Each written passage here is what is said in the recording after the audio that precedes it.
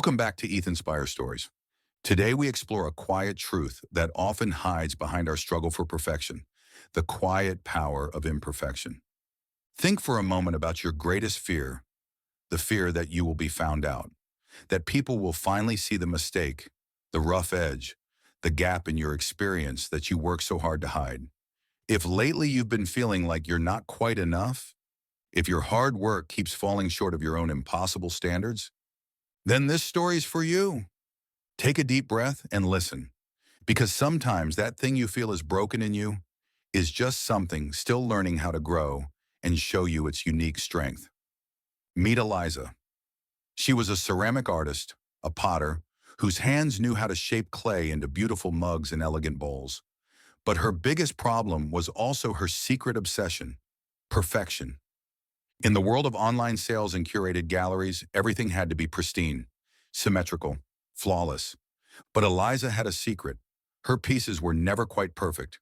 She was fast, maybe too fast, powered by a restless, creative energy. This meant her bowls might be a little lopsided, her handles slightly crooked.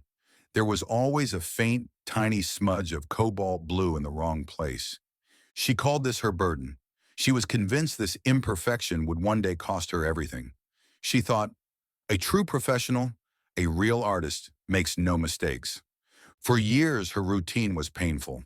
She would work until midnight, not creating, but polishing, trying to file down every rough edge, trying to make a perfectly round circle where only a human hand had been. She spent hours throwing away pieces that, to an outsider, looked beautiful, but to Eliza were simply not good enough. Every discarded piece was a quiet, internal confirmation of her inadequacy. The joy of creation slowly died, replaced by a deep, draining pressure. She was so busy trying to be flawless, she forgot to be fully herself. She felt like an imposter, waiting for the day her followers would see the truth. This chase for perfection didn't make her better. It made her exhausted, isolated, and profoundly unhappy. Then came the moment that made the wall around her heart finally crack.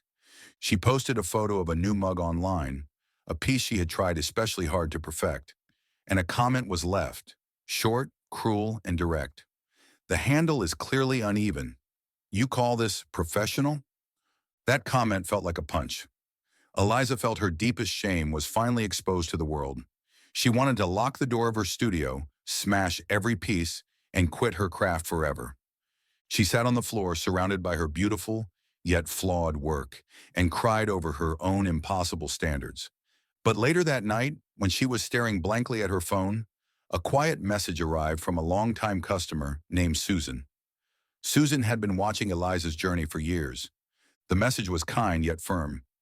Eliza, I see you are hurting, but please stop trying to fix the flaws. I buy your mugs because of the tiny dents. I love the smudge. That little difference, that's the soul of your work. That's your signature. Eliza read the words again and again.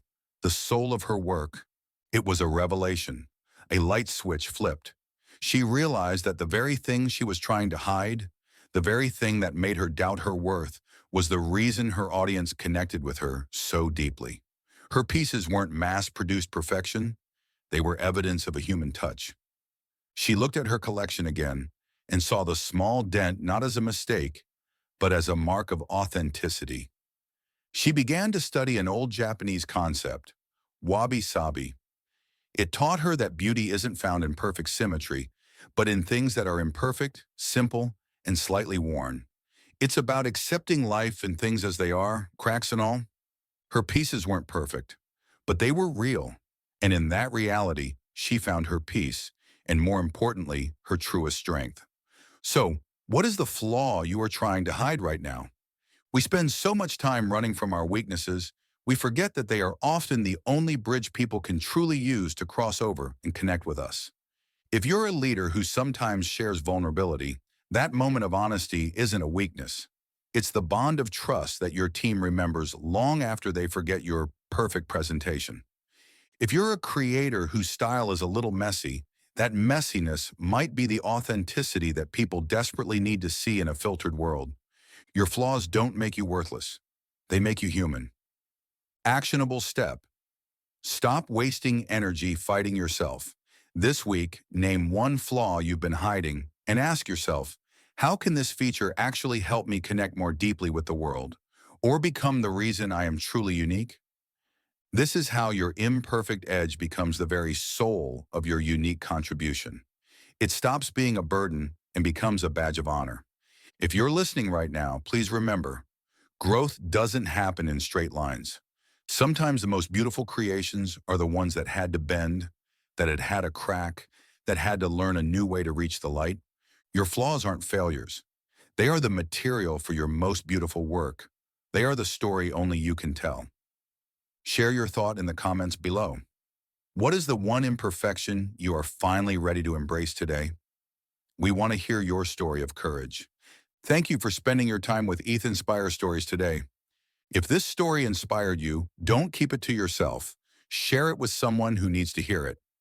See you in the next story. Keep growing. Keep bending. Keep reaching for your own light.